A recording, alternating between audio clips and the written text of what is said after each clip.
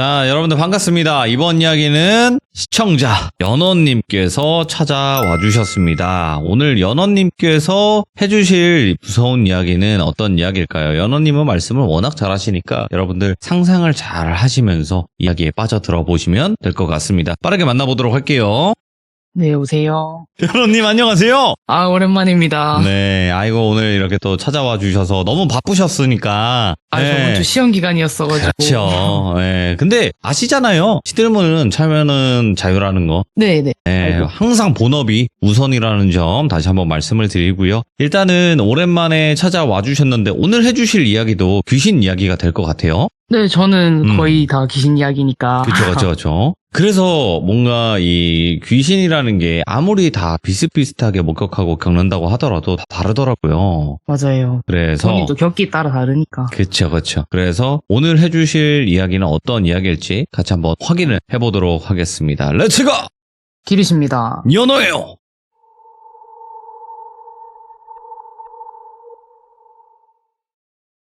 오늘은 제가 간만에 저희 어머니 이야기를 좀 해드리려고 하는데, 제가 여러 이야기들을 좀 들려드리긴 했었는데, 저는 그냥 어머니가 겪으신 일들에 비하면 저 정도는 그냥 세 발이 피겠구나 하는 생각을 하고 살고 있거든요. 오늘은 어머니가 그냥 겪으셨던 되게 짧은 이야기 하나를 간략하게 준비를 해봤는데, 저희는 모두가 다 처음이 있잖아요. 저도 예. 처음으로 귀신을 보게 된 날이 있었고, 그래서 어머니한테도 처음으로 눈에 보이면 안 되는 것을 보게 된 일이 있으셨는데, 그거랑 좀 관련된 이야기를 오늘 들려드리려고 해요. 저희 집안은 항상 설명드리다시피 어디서 흘러들어온 대물림인지 알 수가 없고, 어느 핏줄인지도 저희는 알 수가 없어요.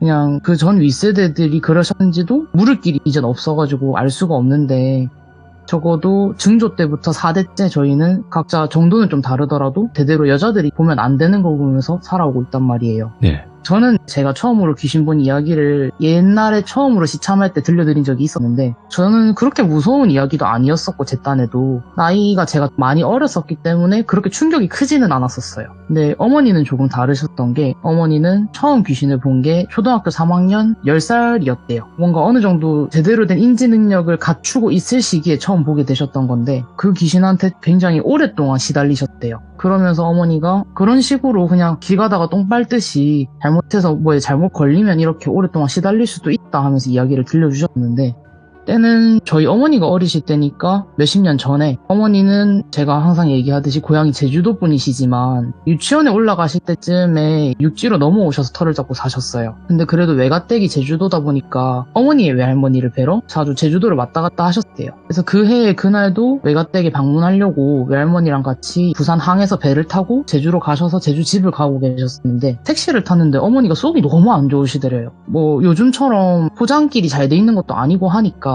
예. 길이 좀 우물렁거리기도 하고, 아까 배에서 먹은 게 좀 잘못됐나 싶어가지고 계속 창밖도 좀 보고 창문도 열어서 바람도 좀 쐬보고 하셨는데도 속이 안 나아지셔가지고, 네. 결국 그 기사님한테 양해를 좀 구하고 갓길에 차를 세웠대요. 차를 세우고 자꾸 속이 미식거리니까 그냥 토를 좀 한번 해버리자 하고 구석 어디 하수 근처에다가 토를 하셨대요.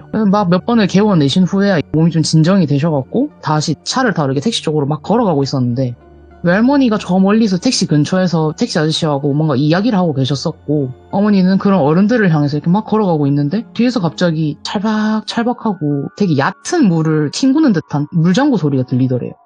근데 그때가 겨울이었어가지고 어머니도 외할머니께서 옷을 되게 두껍게 입혀서 데리고 가셨던 기억이 난다고 하셨는데, 이 추운 겨울날에 누가 물장구를 이렇게 신명나게 튀기고 있는 거지? 하면서 뒤를 돌아보셨는데, 한 고등학생 정도로 돼 보이는 어떤 교복을 입은 여고생이 어머니가 방금 개원했었던 그 토사물 위에서 구두를 신고 찰박찰박 물장구를 튀기듯이 놀고 있더래요. 근데 뭔가 정신이 반쯤 나간 것처럼 넋을 놓고 계속 그 구두발로 토사물을 밟고 막 구르고 그 위에서 튀기듯이 놀고 있으니까 어머니는 그 여고생을 보고 좀 놀래기도 하셨는데 또 어린 마음에 더럽다고 느꼈대요. 그래서 바로 택시 쪽으로 뛰어가서 뒷문을 열고 차에 탔는데, 사람이 그런 일을 겪고 나면은 무서운 마음도 있지만은 궁금하기도 하잖아요. 저게 왜 저러는 건지. 계속 시선이 가니까 차에 탄 후에 그게 너무 궁금해가지고 고개를 살짝 빼서 그것이 있던 데를 다시 쳐다보셨대요. 다시 쳐다보니까 이게 조금 비위가 상할 수도 있는 얘기기는 한데 그 여고생이 바닥에 웅크려갖고 어머니의 토사물을 손으로 긁어서 입에 가져다 대고 있더래요. 그래서 그 토사물 위에서 발을 구르는 것까지는 사람이 좀 어떻게 이해는 할 수 있다고 치더라도 그걸 먹는 행위까지는 역겨움의 수준을 좀 넘어서가지고 좀 기이하잖아요. 그래서 어머니가 너무 놀래가지고 비명을 빽 지르시고 그 소리를 들은 택시 기사님이 애가 토도 좀 하고 상태가 안 좋아 보이니까 빨리 집으로 가자 하면서 운전대를 잡고 그곳을 벗어나셨대요. 그래서 어머니는 외갓댁으로 가는 그 택시 안에서 계속 그 놀란 마음에 외할머니께 횡설수설 막 그런 일이 있었다고 말씀을 드렸는데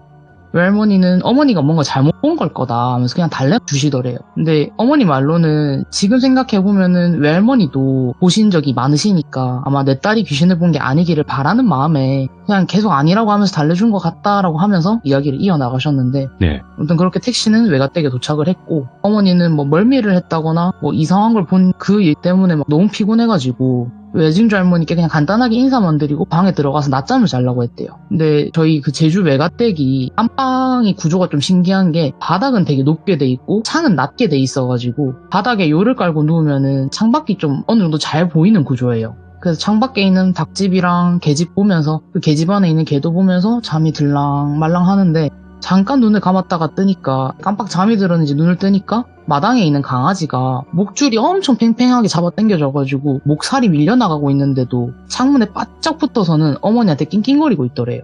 그래서 어머니가 누워있으니까 밖이 잘은 안 보이는데 그 개집이 아래 위로 이렇게 들썩들썩거리는 게 눈에 들어오더래요. 개는 저희가 그 담벼락에 묶어놨었기 때문에 개집에 안 묶어놨는데 개집이 개가 밖에 나와있는데 왜 이렇게 들썩거리지? 하다가 다른 집 개가 사료를 뺏어 먹으려고 왔구나 해가지고 어머니가 창밖으로 소리를 지르려고 창문으로 딱 다가섰는데 어머니 눈에 그때 보이는 게 뭐였냐면 개집 밖으로 삐져나와 있는 교복 치마랑 다리가 눈에 보이더래요. 뭐야? 근데 그때 외가에서 키우던 개가 진돗개여가지고 개가 좀 컸어서 그 개집이 큰 집이었는데 그 개집 안에 몸을 상반신만 집어넣고 어떤 사람이 들어가 있었던 거죠. 그래서 어머니는 순간 말문이 막혀서 비명도 안 나오더래요. 그냥 헉 하고 입이 막혀가지고 창문에 붙어서 낑낑거리는 개와 그 개집 속의 사람의 뒷모습을 번갈아 가면서 계속 보고 계셨었는데 그때 갑자기 외증주 할머니께서 갑자기 나오시더니 개는 줄을 잡아 당겨가지고 자리에 앉히시고 개집은 손으로 들어가지고 돌려서 담벼락 쪽을 보게 돌리시더래요. 개집 입구가. 집 안이 안 보이도록. 그러고는 어머니를 똘순이라고 제가 부르면 할머니께서 역정을 내시더래요. 똘순아 눈 감아 해가지고 외증주 할머니의 호통 때문에 눈을 감으니까 한참을 감고 기다리니까 외증주 할머니께서 방으로 들어오시더래요. 그러고는 저희 어머니를 이불로 싸서 안으시고 똘순아 이제 눈 떠도 된다 하는 소리에 어머니가 눈을 떠보니까 그 외증주 할머니가 되게 그렁그렁한 눈빛으로 어머니를 보고 계시더래요. 그러고는 차분하게 설명을 해주시는데 우리 집안 사람들이 원래 좀 예민한 기질이 있다. 그래서 너가 방금 본 게 뭐고 그리고 앞으로 그런 걸 봤을 때는 어떻게 해야 된다라고 간략하게 설명을 좀 해주셨대요. 너가 너무 어려서 이게 이해가 안 갈 수도 있겠지만은 일단은 할머니 말을 좀 들어줬으면 좋겠다 하면서 얘기를 해주셨는데 어머니는 그래도 그때 처음으로 느끼셨대요. 어머니도 할머니 설명이 없을 때도 아 내가 본 게 귀신이구나 라는 생각과 함께 그 아까 토사물을 먹던 그 여고생의 교복이랑 계집 안에서 그 삐져나와 있던 구두랑 치마가 똑같이 생겼다라는 걸 깨달으셨대요.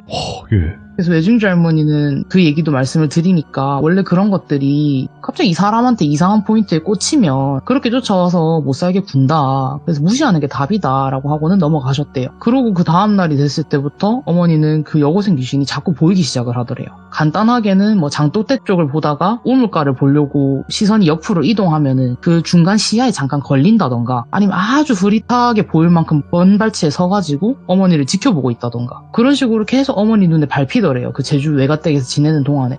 그래서 어머니는 그게 너무 무서우니까 외할머니한테 좀 일정보다 빨리 돌아가자고 졸랐고 외할머니도 그 외증주 할머니께 또 들은 이야기도 있고 아이가 본 것도 있으니까 곧장 육지로 돌아가셨대요.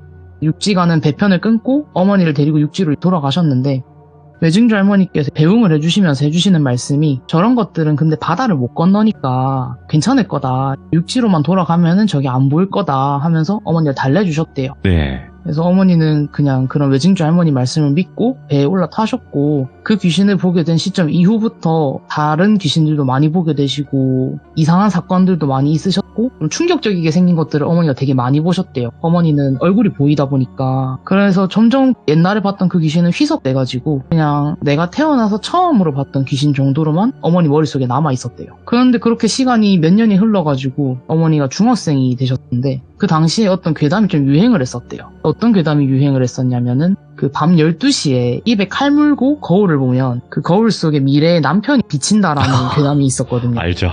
그래서 어머니 그 친구분이 그 미래 남편 찾기를 하고 싶으셨던 거예요. 예. 그래서 학교에서 경주로 수학여행을 갔는데 그 날에 가방에 과도를 챙겨서 갖고 왔더래요. 토지품 검사에서 어떻게 안 들켰는지는 모르겠는데 한밤중에 같이 방 쓰는 친구들한테 10명 정도 있는 방에서 그 괴담 얘기를 해주고 칼을 막 자랑을 하더래요. 어머니를 제외한 막 다른 여중생들은 그런 거 다 궁금하잖아요. 그리고 누가 총대 메고 해주겠다고 하니까 해봐라 하는 분위기가 형성이 되더래요. 근데 어머니는 그때쯤부터는 뭐 무속이든 귀신이든 그런 것들과 관련된 세상에 대해서 좀 공부를 해가지고 간략하게 알고 계셨었기 때문에 저게 다 헛짓이라는 걸 알고 계셨대요. 예. 근데 또 말리기는 좀 애매하고 혼자 이상한 사람은 되기 싫으니까 그냥 제일 구석에 앉아 계셨대요. 애들이 화장실 앞에 모여가지고 막 소리를 지르면서 12시 됐다 빨리 하자 하면서 웅성거리는 소리를 듣고 계셨었는데 12시가 되니까 그 괴담을 이행을 해야 되니까 애들이 방불을 다 끄더래요. 방불을 다 끄니까 순간적으로 눈앞이 캄캄해지면서 화장실 앞쪽에서 웅성거리는 소리만 들리기 시작을 하는데 어머니 귀에 좀 거슬리는 소리가 점점 들리기 시작을 하더래요. 뭐를 쩝쩝쩝거리면서 입맛을 다시는 듯한 그런 거슬리는 소리인데 입맛 다시는 소리가 그렇게 크지가 않잖아요. 예. 그렇게 큰 소리가 아닐 텐데도 이상하게 그 다른 친구들의 비명이라던가 웅성거림 속에서도 유독 그 소리만 크게 들리더래요. 그러면 그 쩝쩝거리는 소리가 왠지 모르겠는데 익숙한 느낌이 들면서 갑자기 그 옛날에 제주에서 봤던 그 귀신이 머릿속에 떠오르더래요. 근데 걔를 못 본 지가 5년에서 6년 정도가 벌써 흘렀고 그 후에도 어머니는 용기를 내서 제주도를 몇 번 가셨는데 제주도에 갔을 때도 못 보셨었대요. 그래서 그냥 에이 하면서 고개를 내저으셨는데 계속 그 쩝쩝거리는 소리가 들리다가 애들 비명소리가 갑자기 깍 들리더니 방불이 켜지고 애들끼리 그냥 아유 아무것도 없었다 별일 아니네 하면서 막 해산을 하는 분위기가 형성이 되는데 그 웅성거리는 친구들 사이에 다른 애들은 다 잠옷을 입고 있는데 교복을 입은 여자가 하나 서 있더래요. 그리고 그거를 자세히 보니까 얼굴 이목구비 하나하나가 보이는데 아직 중학생들이니까 좀 미성숙하잖아요. 그 미성숙한 친구들 사이에 되게 성숙하고 예쁘장하게 생긴 여자가 가운데 교복을 입고 서가지고는 어머니를 보면서 은은하게 웃고 있더래요. 그리고 어머니가 그거를 보자마자 든 생각이 그때 봤던 그거다 이 생각이 들더래요. 그래서 어머니가 좀 벙이 찌셔가지고 그걸 가만히 바라보다가 뭐 저런 거랑 눈이 마주치면 안 되니까 자꾸 시선을 떼려고 해도 그게 계속 시선을 끌더래요. 손을 젓는다던가 하는 식으로. 그러다가 다시 웅성거리는 친구들 틈 사이에서 사라졌대요. 그래서 어머니는 그냥 그날 다른 친구들이 거울에서 뭘 봤다 뭐 어쨌다 이런 얘기를 하는데도 하나도 귀에 안 들어오고 그게 어떻게 여기서 다시 나타났지? 라는 생각만 집에 갈 때까지 계속 하셨대요. 근데 어머니가 지금 생각하기로는 제가 예전에도 이거랑 비슷하게 말씀드린 적이 있는데 강령술은 일반인들은 실패할 수밖에 없는 주술이에요. 그 행위는 문제가 아니고 그 행위에 담긴 의미가 더 중요한 건데 뭐 귀신을 보고 싶다던가 만나고 싶다던가 뭐 대화를 하고 싶다 그런 생각 자체가 깃든 행위니까 끌어당길 수밖에 없고 관심을 끌 수밖에 없는데 어머니 말씀으로는 그 도시전설도 뭐 절차만 보면은 강령술의 일종인 것 같다고 하셨어요. 어쨌든 저쪽 세계에 사는 것들의 이목의에는 충분한 행위니까 아마도 내가 그렇게 보고 싶었구나 하면서 다시 나타난 게 아닐까 한다는 그런 생각을 하셨대요. 그때 당시에도. 그러고 그게 다시 나타난 후부터는 가끔 어머니 앞에 나타나서 웃으면서 바라보다가 사라지거나 갑자기 그냥 침대에 걸터 앉았는데 옆에 앉아있다던가 그런 식으로 가끔씩 나타나서 어머니를 놀래키셨대요. 근데 어머니는 뭐 발가벗고 다니는 귀신도 보신 적이 있으시고 한쪽 다리가 으깨진 것도 본 적이 있어서 딱히 이상한 짓을 한 적은 옛날에 있기는 해도 그냥 깔끔한 교복 차림에 어디 모난 데 없고 그냥 예쁘게 생긴 네가 낫다 싶어가지고 또 적응을 하셨대요. 그런데 그 어머니가 고등학생이 됐을 무렵쯤에 이제 그 귀신과 어머니가 동년배로 느껴지기 시작을 할 즈음 그게 그때 처음 어머니한테 말을 걸었대요. 근데 그게 뭐라고 말을 했었는지는 어머니도 지금 이상할 만큼 기억이 하나도 안 나신대요. 이 이야기를 어머니가 몇 살 때 시작된 일인지부터 해서 되게 정확하게 기억하고 계시는데도 그 귀신을 그려보라고 하시면 어머니가 미대를 나오셨기 때문에 되게 잘 그리실 수 있음에도 불구하고 손이 안 간대요. 그리려고 하면 생각이 안 나는데 그리지 않겠다고 마음을 먹으면 생각이 난대요.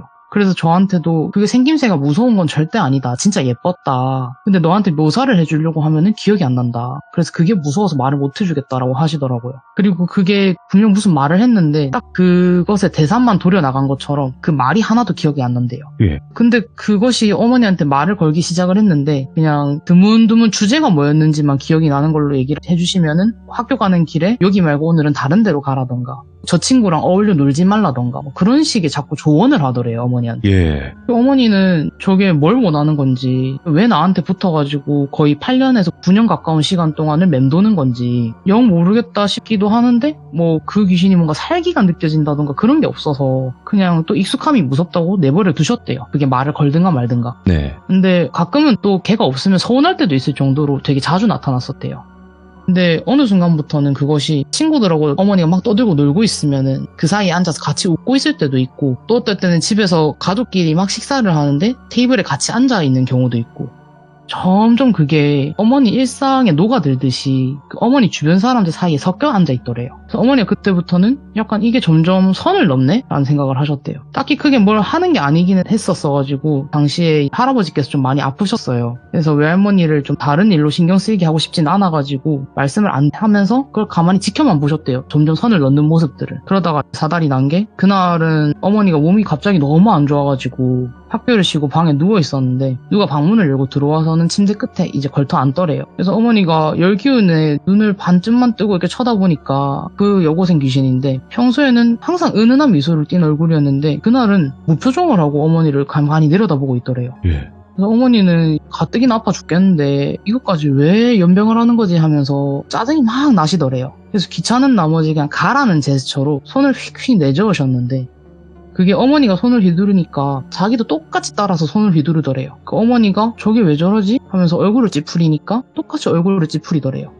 그 후에 뭐 어머니가 부스럭거린다던가 그것을 좀 더 자세하게 보려고 주변에 안경을 찾는다던가 하면서 몸을 움직일 때마다 어머니랑 똑같이 행동을 하더래요. 그러고는 한참을 어머니를 따라하다가 어머니 위에 갑자기 자기 몸을 포개듯이 누워버리더래요. 그게 어머니를 쑥 통과해서 지나가는 게 어머니가 느껴지셨는데 어머니가 너무 놀래가지고 몸을 일으켜서 침대 쪽을 바라보셨대요. 그러니까 어머니가 누워있던 자리에 그게 그대로 누워가지고 천장을 보고 베개를 베고 누워있더래요. 가만히 누워서 천장을 보고 있는 그 귀신을 어머니가 멍하게 바라보다가 갑자기 문득 드는 생각이 응? 근데 저게 언제부터 저렇게 생겼었지? 하는 생각이 들더래요. 어머니하고 좀 미묘하게 비슷하게 생겼더래요. 어머니가 말씀하시기를 옛날에는 그게 완전 미인상이라고 했었었는데 그게 어머니가 살짝 복코시거든요. 약간 복코 느낌으로 코도 퍼져 있고 뭔가 남들이 보기에는 자매인가 생각이 들 정도로 미묘하게 어머니랑 닮아 있더래요.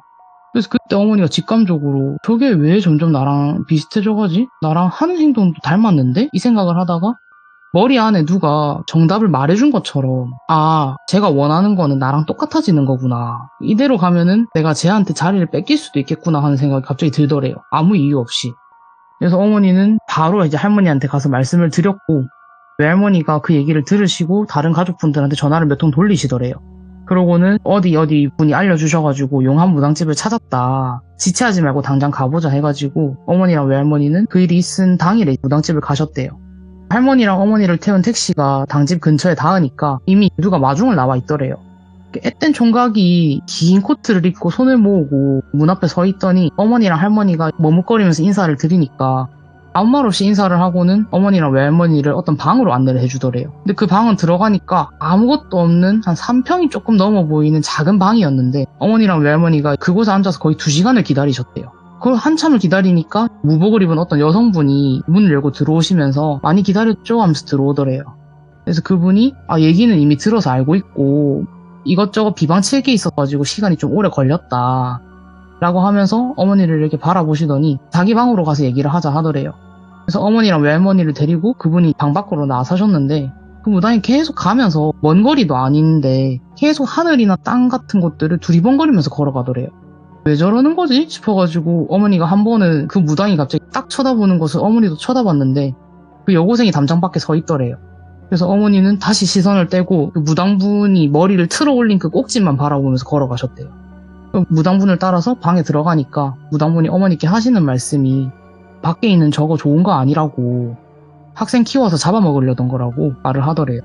아주 옛날에 학생이 저거를 처음 봤을 때 조치를 취했었으면 괜찮았을 텐데 저게 시간이 너무 지나가지고 간단하게는 끝날 수가 없다 하면서 근데 저거 물에 젖어 있는 거 보면은 원래 육지에 살던 애가 아니지? 라고 하더래요.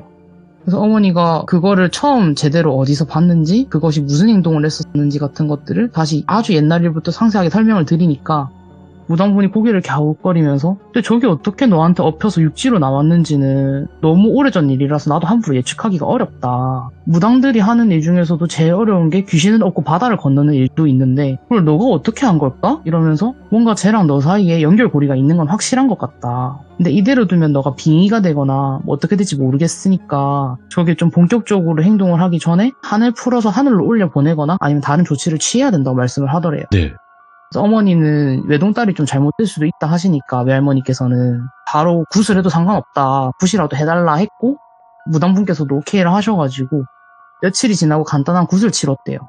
근데 어머니가 굿판은 자세히 묘사를 해주실 수가 없었던 게 이상하게 그 굿판에 있는 내내 온몸이 너무 아팠대요. 누가 살을 자꾸 떼서 가져가는 것처럼 살갗이 너무 아프고 어지러워가지고 굿판 내내 정신을 거의 반쯤 빼고 계셨는데 그 굿의 결과만 그래서 말씀을 드리면은 네. 굿이 반만 성공했대요. 오. 생각했던 것보다도 더 그 무당분 혼자서 힘으로 끝마치기에는 좀 어려운 부분들이 많이 있었대요. 저는 무속 언어를 몰라서 설명을 드릴 수 없지만 그래서 그 영이 하늘로 올라가는 일은 끝까지 거부를 했대요.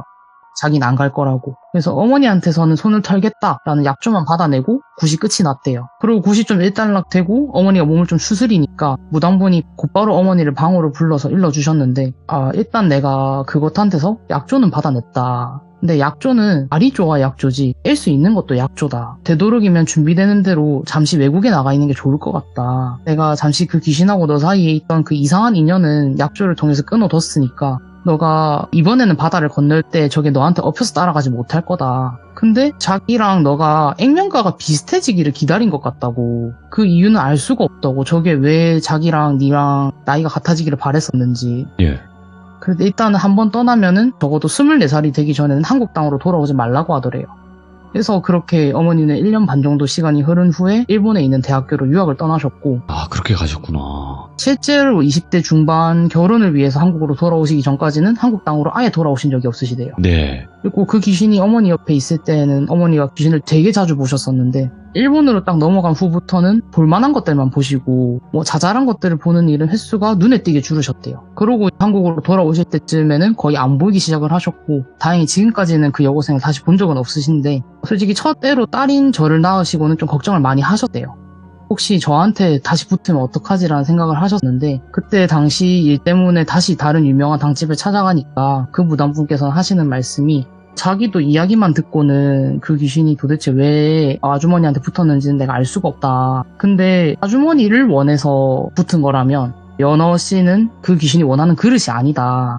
연어는 어머니한테서 예민한 끼만 물려받았고 나머지는 아버지를 빼다박았기 때문에 어머니랑 닮은 구석이 아무것도 없어서 괜찮을 거라고 하면서 어머니가 좀 안심을 하셨고 제가 그 24살이 넘었기 때문에 어머니께서 좀 더 안심하시고 이 얘기를 해주셨거든요. 그렇게 어머니가 처음으로 귀신을 보신 이야기를 해주셨습니다. 야, 이거 시간이 조금만 더 지체됐어도 큰일 났을 수도 있겠다라는 생각이 드네요. 네, 그때가 어머니가 한 18이었는데 예. 19, 20이었으면 또 오. 어떻게 됐을지 모르겠다고 하시더라고요. 와, 근데 굉장히 섬뜩한 이런 귀신류가 있구나 라는 네, 생각이 들어요. 저희가 네. 많은 분들을 뵙지는 하지만 두 분을 뵙잖아요. 그 두 분은 도대체 어떤 형태의 귀신인지 모르겠다고 원하는 게 그러니까. 뭔지도 모르겠고 그래서 그런 부류의 귀신도 있구나. 제주도 쪽이어서 더 모르겠다고 하시기도 하시더라고요. 섬에 사는 귀신이다 보니까 오래됐을 수도 있다고.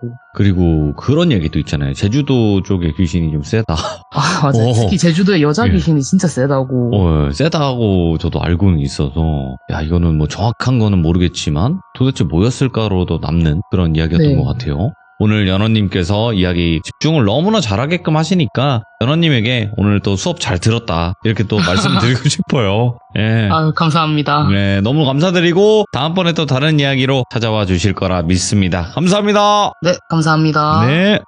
자, 아직 연어님의 이야기를 안 들어보신 분들도 분명히 계실 겁니다. 참여하신 기간이 그렇게 긴 분이 아니기 때문에. 그래서 돌비 연어라고 검색하시고 첫 번째 이야기부터 쭉 한번 들어보시는 게 어떨까 생각을 합니다. 여러분들 많은 응원 부탁드리도록 하겠습니다. 감사합니다.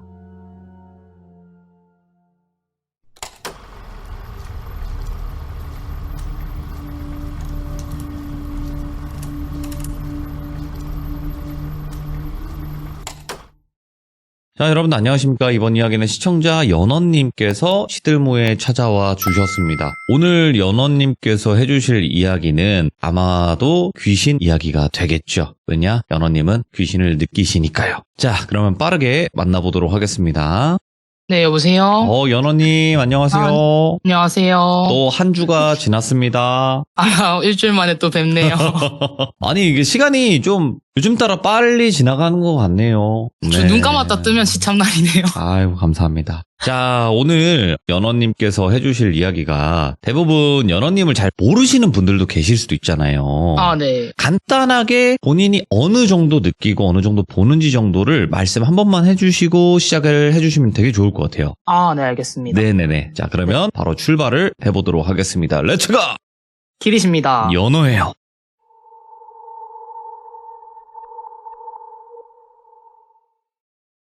저는 중학교 때까지는 진짜 많이 봤었어요. 아마 이게 영안인가 싶을 정도로 정말 많이 봤었었는데. 그건 영원이라 생각합니다. 네.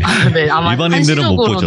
네, 한시적으로는 아마 잠시 그 정도로 트였던 게 아닐까 싶을 정도로 많이 봤었는데, 저는 시간이 지나면 지날수록 안 보이기 시작을 해서 요즘 들어서는 여기는 진짜 딱 나오겠다 싶은 공간을 가거나 아니면 한 달에 한 번 내지 두 번 정도? 그냥 제가 확실하게 저거는 귀신이다 인식을 하는 건 한 번 내지 두 번. 그 외에 제가 모르는 것들도 있을 수도 있겠지만 저는 그 정도로 조금 보는 편이고 오히려 기운을 요새는 더 많이 타요. 어떤 공간에 갔었을 때 여기는 들어가면 안 되겠다라던가 네. 여기는 분명히 있겠다라던가 그런 것들을 좀 많이 느끼는 편이고. 그러면 저 한 네. 가지 이거는 그냥 네. 번외로 궁금한 건데, 그러니까 원래 느끼시던 분들이 안 느끼시니까 시들모에 대부분 참여를 하세요. 네.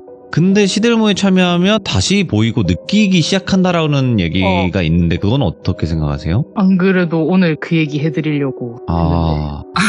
아무래도 근데 예. 귀신 얘기를 하다 보면 이게 옆에서 듣는 경우가 있거든요, 진짜로. 아니요, 들어요.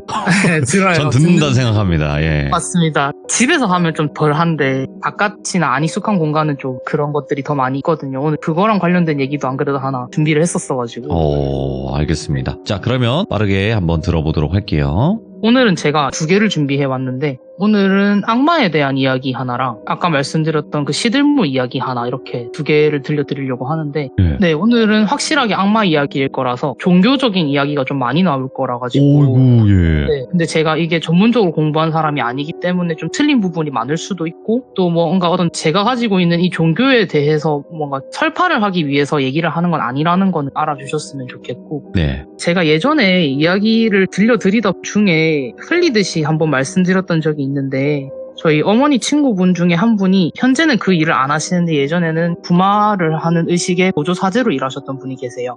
예. 저는 굉장히 어렸을 때부터 뵀던 분이셔서 저는 그분을 삼촌이라고 부를 건데 예.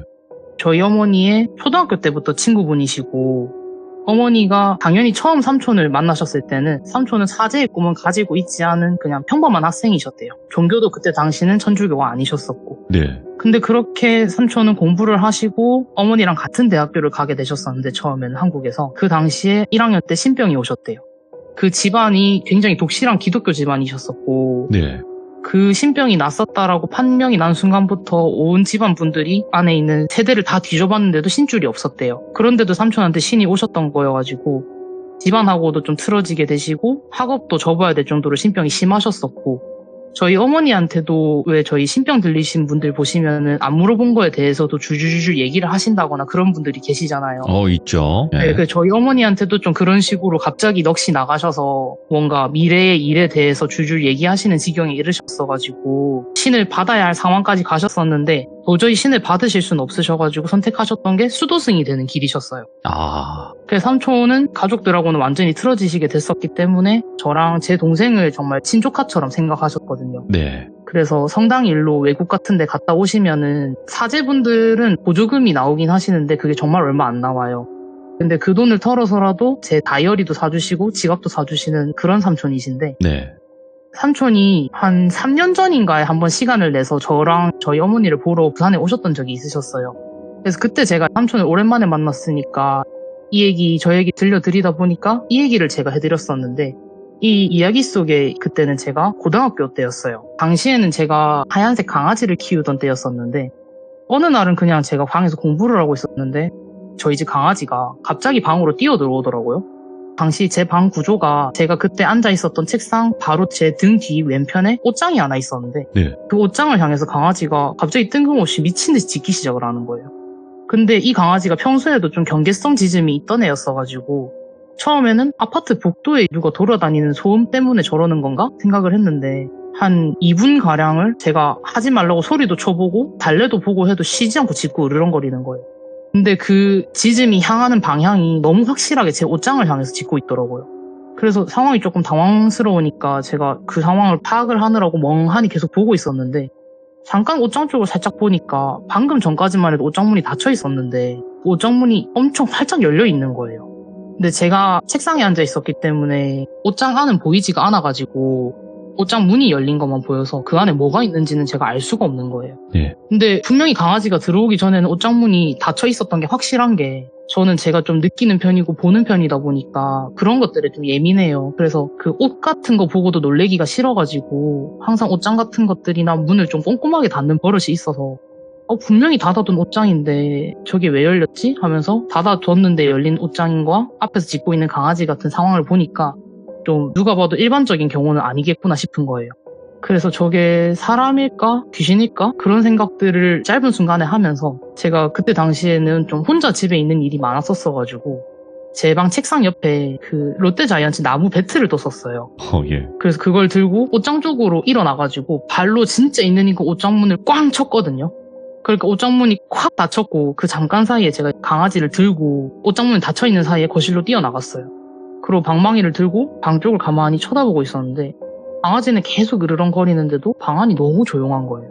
근데 사람이 만약에 진짜로 옷장 안에 있었다면 제가 발로 찬 순간에 달려 나오거나 아니면 뭔가 어떤 소리라도 날 법도 한데 집안이 정말로 저희 강아지 으르렁거리는 소리를 빼고는 기묘할 만큼 조용한 거예요. 네. 조금 이상하다 싶어서 멀리 서가지고 방 안을 제가 살짝 들여다봤는데 옷장문이 제가 발로 너무 세게 까가지고 아래쪽 경첩이 떨어져 나가서 문이 덜렁거리고 있는 거예요. 문이 이렇게 비틀어져 있으니까 그 옷장문이 틀어지면서 그 사이사이 틈들이 보이는데 옷장 안이 그 틈 사이로 발가락이 보이는 거예요. 그리고 제가 너무 딱 그냥 얼어붙어서 쳐다보다가 또 다른 틈 사이로는 시선이 느껴지는 게 느껴지더라고요. 근데 제 방이 형광등이 되게 밝았어가지고 발가락은 옷장 안에 있는데도 되게 선명하게 보이는데 얼굴 쪽 그 시선이 느껴지는 방향은 엄청 새까만 걸 보고 저는 평소에 귀신을 얼굴을 못 보고 항상 귀신들 얼굴이 새까마니까 아 저거는 사람이 아니구나 싶은 거예요.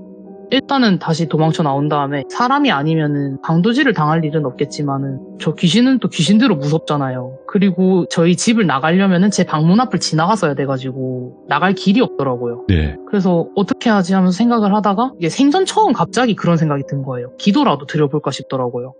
상황을 모면하고 싶어서 어린 마음에 공포심 속에서 급하게 생각해낸 방법이었는데 제가 이전에 말씀드렸었던 그 귀신을 보는 그런 것과 관련된 여러 이유 때문에 그때 당시가 딱 천주교 세례를 받은 지가 얼마 안 됐을 때였어요.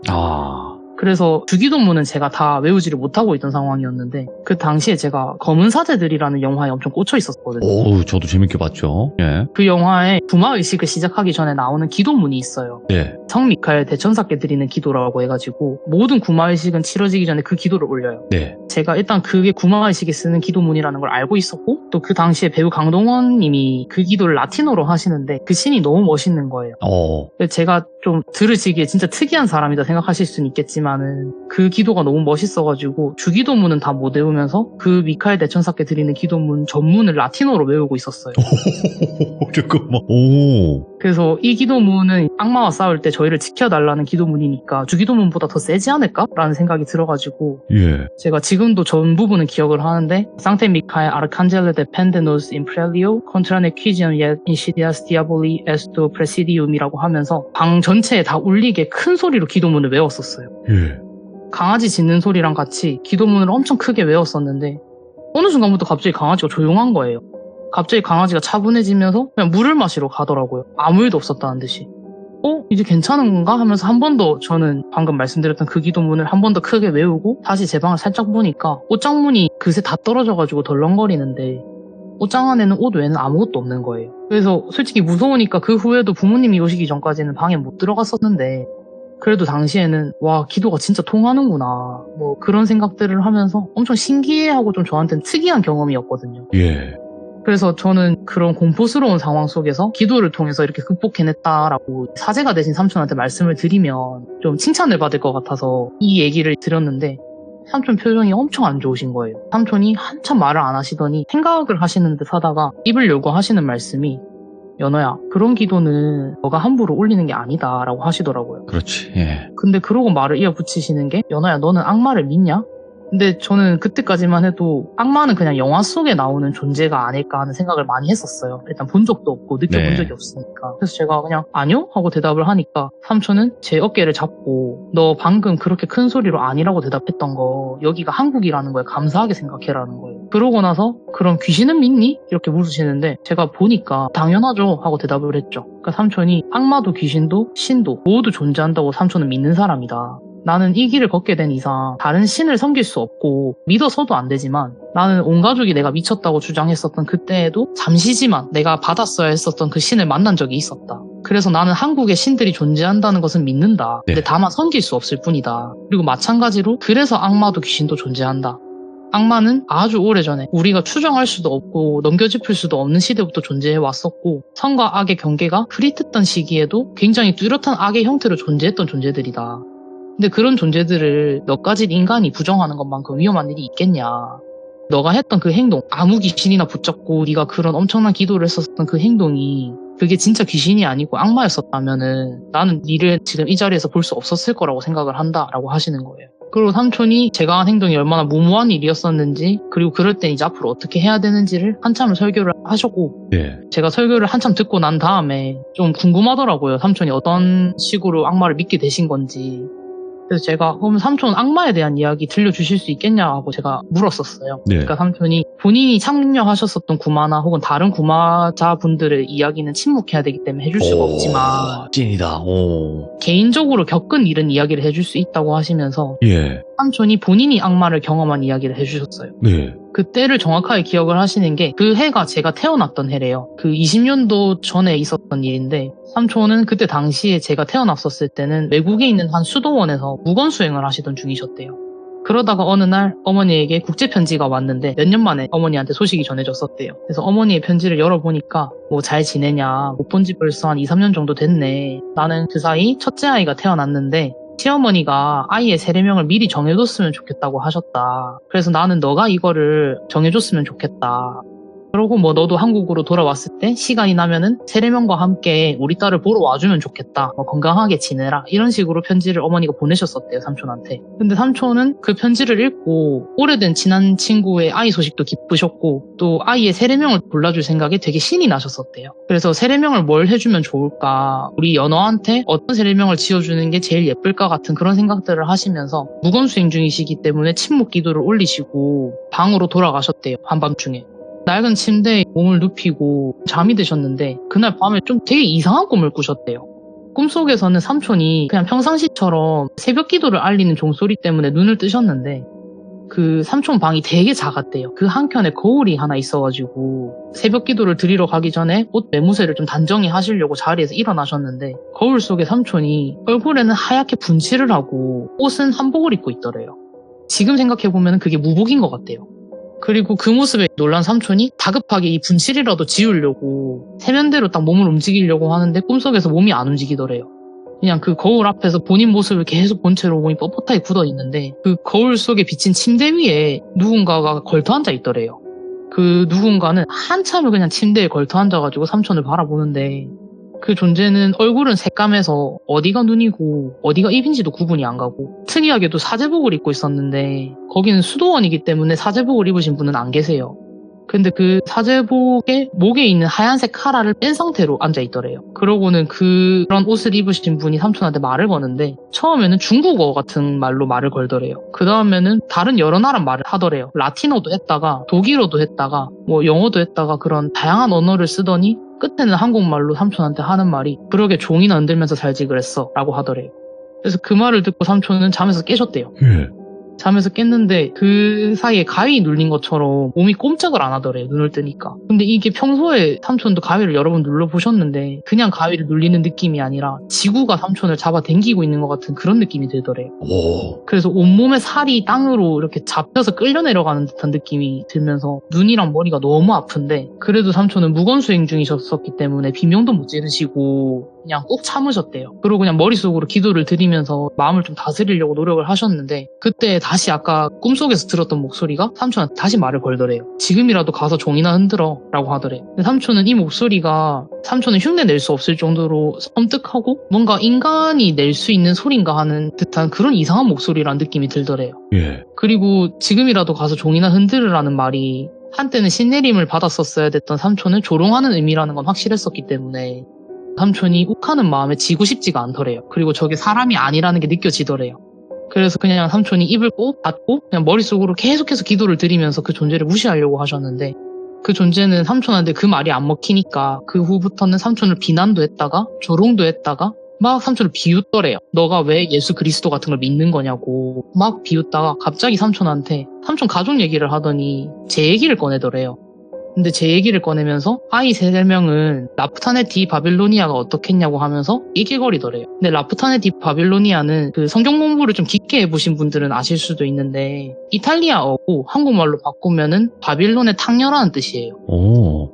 악을 상징하는 여러 이름들 중에 하나인 거거든요. 그래서 이거는 세례명으로 쓸 수가 없고 사람한테 써서는 안 되는 말이에요. 그래서 삼촌이 저 존재가 내가 아까 낮에 했었던 생각까지 읽었구나라는 생각이 들더래요. 그러면서부터 삼촌이 겁이 나기 시작을 했는데 그 존재가 삼촌이 겁을 먹은 걸 눈치를 챘는지 그때부터는 삼촌이 가지고 있는 남한테는 말하기 싫은 비밀들부터 고해실에서 본인이 지은 죄를 고해하면서 썼던 말들까지 삼촌의 귓가에다가 막 읊기 시작을 하더래요. 그거랑 한참을 삼촌이 거의 몇 시간을 실랑이를 하시다가 날이 밝아서 기상시간 알리는 종이 딱 울리자마자 가위 같은 그것에서 풀려나셨대요. 그래서 자리에서 일어나서 바로 거울부터 확인을 하셨는데 거울 속에는 분칠을 안 한 그냥 원래의 삼촌 모습이 그대로인데 밤새 그 입술을 너무 꽉 물어가지고 아랫 입술이 다 찢어지고 터져 있더래. 근데 삼촌은 지난밤에 있었던 일이 너무 기묘하니까 그 수도승 중에서도 되게 연세가 많으신 분한테 찾아가가지고 필담으로 이런 일이 있었다라고 전달을 드리니까 네. 그분이 삼촌한테 잘했다라는 말을 하시더래요. 잘 참았다고. 근데 자기가 확실하게 생각을 하는 건지는 모르겠지만 감히 말하자면 너가 지난밤에 본 게 우리가 항상 성경에서 경계하라고 하는 그것일 것이다. 그것은 처음에는 너 꿈처럼 그렇게 가볍게 다가온다. 그리고 조금이라도 현혹되는 순간에 우리 속에 들어와서 몸을 갉아먹고 마음을 갉아먹고 우리를 찢고 잡아먹는다. 그래서 너는 지난밤에 그렇게 큰 싸움을 한 건 아니지만은 어쨌든 그것과 싸워서 이긴 거다.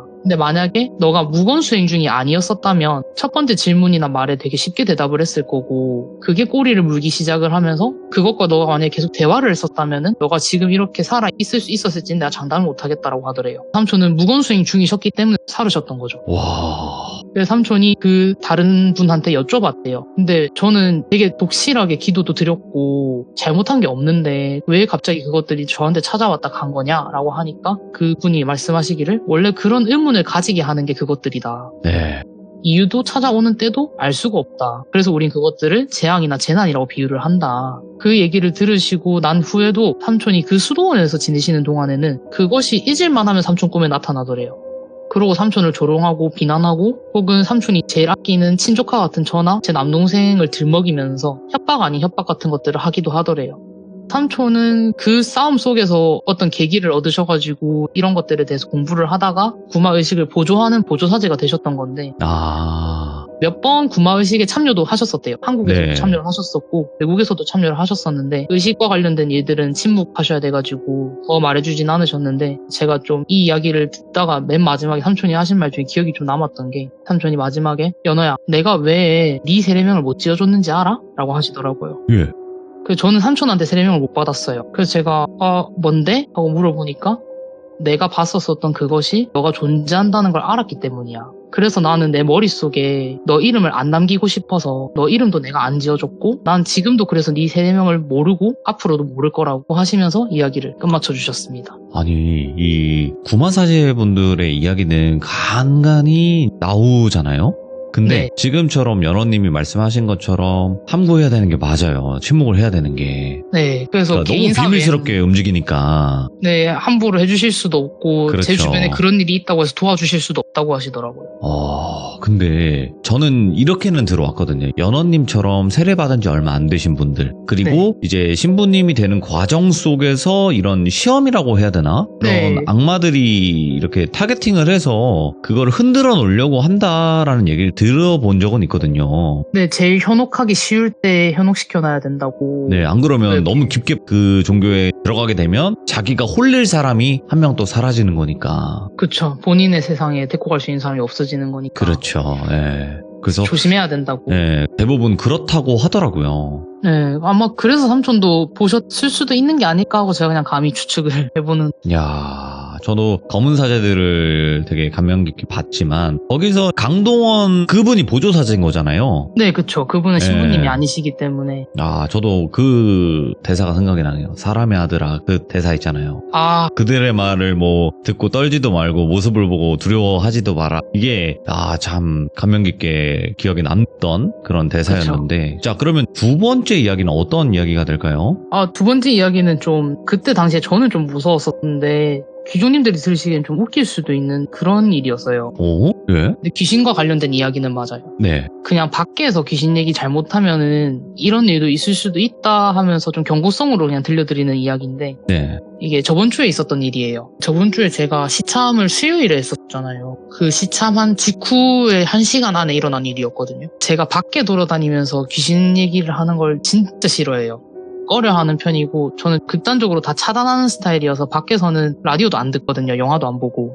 근데 밖은 좀 개방된 공간이어서 어디서 듣고 있는지를 모르겠어가지고 그러는 편인데 그래서 저는 시들물을 할 때면은 시참할 때는 항상 제 방에서 해왔었어요. 이때까지. 근데 저번 주는 제가 퇴근을 하고 그 수요일에 갑자기 일이 생겨가지고 차를 타고 좀 멀리 갔었어야 됐었어요. 차를 운전을 해서 좀 가다가 잠도 깰 겸 휴게소에 정차해서 밥도 좀 먹고 커피도 마시고 화장실도 가고 차 안에서 시들무도 했었는데 그것들을 다 하고 나니까 괜히 사람이 좀 무서운 얘기하고 나면 오싹하잖아요, 사람이. 또 밤이기도 하고 도로도 어둡고 그래서 차 안도 근데 밖으로 치나? 이런 생각이 좀 들면서 불안해지더라고요. 차는 그래도 좀 제 개인적인 공간이니까 괜찮을 줄 알았는데 네. 무섭긴 무섭더라고요. 근데 이게 기운적으로 뭔가 뭔 일이 생길 것 같다라는 느낌은 안 들고 그냥 개인적으로 그냥 무서운 것 같았어가지고 그냥 별일 없겠지 싶어서 휴게소에서 주유를 하러 갔어요. 네. 시들무가 끝나자마자 바로 주유를 하러 갔는데 주유소에서 기름만 넣고 출발해야지 하고 셀프 주유소였어가지고 내려서 기름통을 열고 기름을 막 넣고 있는데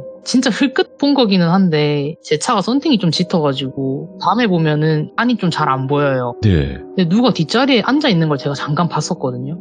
그래서 잘못 봤나? 하고 차 주유구 열고 기름을 넣으면서 계속 안을 쳐다봤어요. 근데 이게 썬팅이 짙은 차도 가까이서 보면 보이니까 아예 차 창문에다가 눈을 갖다 붙이고 봤는데 아무것도 없더라고요. 그래서 그냥 어디 내가 비친 사람 같은 걸 잘못 봤나 보다 그런 생각을 하면서 주유를 다 하고 차를 출발을 시켰어요.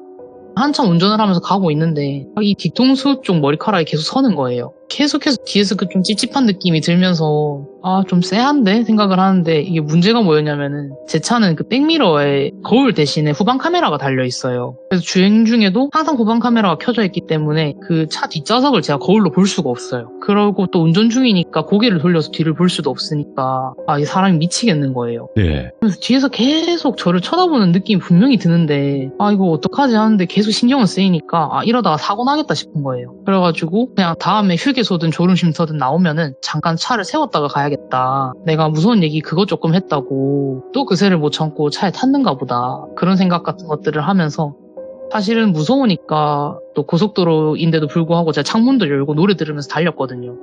뒤에는 계속 그런 느낌이 드는 상태로 한참을 조금 운전을 하니까 졸음쉼터가 있다는 표지판이 보였고 여전히 뒤통수는 계속 누가 쳐다보는 것처럼 따끔거려서 졸음쉼터를 향해서 엑셀을 엄청 밟았어요. 예. 도착을 하니까 졸음쉼터에 사람이 한 2명, 3명 정도 정차하고 담배를 피우고 계시더라고요. 또 아무도 없으면은 또 아무도 없는 대로 무서워가지고 그냥 가려고 했었는데 사람이 있으니까 다행이다 하고 차를 세우고 제가 내리자마자 바로 차 뒷문을 열었어요. 차 안에 아무도 없더라고요. 그래서 진짜 잘못 봤고 그냥 내가 무서운 얘기를 하면 안 된다는 그 강박감 때문에 그냥 착각을 한 건가 싶어가지고 본 사람도 없는데 무안한 거예요. 근데 또 혹시 모르니까 그냥 차 뒷문을 열어놓고 목적지에서 기다리고 있을 제 친구한테 전화를 걸었어요. 나 뭐 차에 문제가 좀 생겨서 잠깐 정차했다 갈 거라서 한 10분 늦을 것 같다. 뭐 어디 카페 같은 데 들어가 있어 하면서 이런 얘기를 하면서 잠깐 정신이 팔렸었는데 제가 전화를 하면은 걷는 습관이 있어가지고 네. 차에서 조금 멀리 떨어져 있었거든요. 걷다 보니까. 그러다가 제가 뒤를 딱 돌아봤는데 제가 평소에는 일부러 그런 존재들을 선명하게 보는 게 싫어가지고 안경을 벗고 다녀요. 시력이 안 좋아도. 근데 운전 중이었어서 제가 안경을 끼고 있었거든요. 그날은. 네. 그래서 평소보다 좀 더 선명하게 본 게 제가 차 문을 열어놨었잖아요. 근데 그 뒷좌석에서 어떤 아저씨가 내리는 거예요. 내리면서 저를 한번 쓱 쳐다보더니 다다닥 뛰어가지고는 그 졸음쉼터 바로 옆이 숲인데 그 숲 안으로 쑥 들어가서 사라지시는 거예요. 그래서 제가 좀 뻥쳐가지고 그 친구가 막 전화로 뭐라 하는데도 야 그냥 끊어봐봐 하고 잠깐 서 있었는데 예. 그게 분명히 제 차 뒷좌석에서 내린 게 맞거든요. 그래서 아까부터 뒤에서 쳐다보던 게 저 귀신이구나 하는데 갑자기 머리 안에 드는 생각이 저거 다시 오기 전에 빨리 출발해야 될 것 같은데? 그 생각이 들어가지고 그냥 제가 뒷좌석만 급하게 한 번 더 확인을 하고 문 닫고 바로 시동 걸고 출발을 했어요. 그러고 나서부터는 그 뒷좌석에 시선감이 좀 안 느껴져가지고 진짜 타고 있었네 생각을 하면서 운전을 마저 했는데 그날 제가 그 고속도로 위에서 다른 것도 하나 더 봤거든요. 그래가지고 네네. 그 뒷자리 귀신은 귀신 얘기 들으러 왔다가 차에 잘못 타가지고 저한테 한 20분가량 납치당해 오신 영가분이신데 예. 다른 하나는 그 귀신이 제 차에서 내리시고 한참 또 목적지까지는 거리가 많이 남았었가지고 운전을 해서 가고 있었는데 한참 캄캄한 고속도로를 운전하다 보니까 저기 멀리에 고속도로 다녀보신 분들은 아실 텐데 사람 모양 표지판 있잖아요. 공사할 때 쓰는 그 표지판이 한밤중에 더 있더라고요. 그래서 이거 마네킹 같은 거 공사장 옷 같은 거 입혀놓고 세워놓기도 하니까 앞에 공사하나 보다 싶어서 제가 밤이니까 시야 확보도 안 되고 해서 속도를 줄이고 1차선으로 차선을 변경을 했어요. 네. 근데 뭐 어둡기도 하고 차가 한 대도 없어서 제가 그때 쌍라이트를 켜고 있었거든요. 자동차를. 근데 그게 멀리서 볼 때는 분명히 그게 그냥 마네킹 같은 건가 했는데 점점 가까이 가서 보니까 그 트렁크 반스에다가 러닝을 입으신 할아버지가 신발도 안 신고 계셨어요. 뭐야? 그냥 갓길에 양팔하고 양다리를 그 팔 벌려 뛰기 하는 자세로 대자로 서 계시더라고요. 그래서 저도 너무 놀래가지고 저도 모르게 속력을 올렸어요. 그러고는 그냥 그 자리를 벗어났는데 치매 할아버님이실 수도 있잖아요. 그럴 수 있죠. 그래서 제가 좀 걱정이 돼가지고 내비로 방금 지나갔었던 그 구간을 마킹을 하고 신고를 해야 되나 그런 생각을 하고 있었는데 그 할아버지를 딱 지나간 후가 바로 터널이었어가지고 터널에는 제가 정차를 할 수가 없으니까 터널에서 나가면은 바로 신고를 해야겠다 하면서 터널을 딱 나왔는데 터널 바로 앞에 또 똑같은 자세로 그 할아버지가 서 계신 거예요. 그래서 저거 사람 아니구나 하면서 너무 놀래가지고 저도 차 핸들 틀어버릴 뻔했는데 그냥 바로 달렸거든요. 근데 사람이 혹시나라는 게 있으니까 집에 가자마자 블랙박스를 돌려봤어요. 친구를 만나자마자 네 노트북 좀 갖고 와봐 해서 이렇게 돌려봤는데 그 터널 전에도 터널 후에도 그냥 저 혼자서 호들갑 떠는 모습만 찍혀있고 아무것도 안 찍혀있더라고요. 그래서 그냥 이거 귀신 얘기 한번 밖에서 잘못했다가 한번 오늘 또 밤에 기운 잘못 타가지고 그렇게 봤구나 하면서 저는 저번 주에 그냥 그 일을 넘어갔었는데 아이고야. 그냥 처음 봤던 아저씨 귀신은 제 느낌상 정말로 그냥 자기 얘기한다고 오셨다가 저한테 납치당하신 거고 그 할아버지 분은 그냥 제가 한번 본 김에 그날은 또 눈이 트여가지고 한 번 더 본 게 아닐까 그런 생각을 했었습니다. 아니 근데 연호님 저 궁금한 게 하나가 있는 게 네. 대부분 이렇게 안 보이는 그 과정을 겪다가 안 보이고 안 느껴지나 보다 해서 참여를 대부분 하시거든요. 네. 근데 그러다가 갑자기 보이기 시작하고 힘들어지기 시작하면 참여를 쭉 쉬세요. 대부분 그렇거든요. 네. 저는 참여 전에도 원래 좀 봤었어요.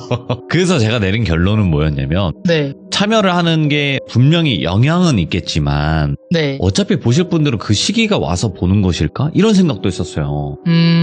근데 저도 아예 안 보던 시기가 있었거든요. 이렇게 네, 한 달, 네. 두 달도 아니고 거의 1년을 통째로 안 봤던 시기가 있었어요. 네. 그러다가 또 뭐가 나오는 집에 갔다가 또 그때 트여가지고 보고 족 이런 느낌이어서 그냥 좀 그런 분들은 기운이 또 잘못 쓰이면 그게 몇 년을 가고 이런 느낌인 것 같아요.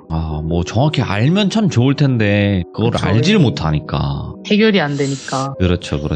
근데 오늘 연어님 두 가지 이야기가 완전히 뭐 다른 주제이긴 했지만 그래도 항상 말씀드립니다. 연어님이 정말 전달력이 끝장나기 때문에 저희가 감사합니다. 집중을 너무나 잘 할 수 있게 만들어 주시고 또 머릿속에 그림을 그려보거든요. 미리 이야기를 들어보면서 너무너무 네. 감사드립니다. 연어님. 오늘도 수고하셨습니다. 그리고 악이 찾아온다면 잘 이겨내실 거라 믿어 의심치 않습니다. 네, 감사합니다. 네, 감사합니다. 네. 네. 자, 오늘 연어님께서 해주셨던 처음에 악마 이야기, 길었던 이야기는 아니었어요. 하지만 그래도 저희 시들무 시청자분들에게는 너무나 기억에 남는 그런 이야기가 될 것 같고요. 그리고 여러분들도 이 종교가 다 다릅니다. 지금 여기 계신 분들, 듣는 분들 각자의 종교가 전부 다 다른데 서로의 종교를 항상 존중해 주시고 그리고 여러분들은 악에서는 잘 좀 피해 가시는 악으로서 또 다 피해 가시고 좋은 일만 좀 일어났으면 좋겠다라는 생각이 너무나 강하게 듭니다. 시청해주신 모든 분들 감사드립니다. 고맙습니다.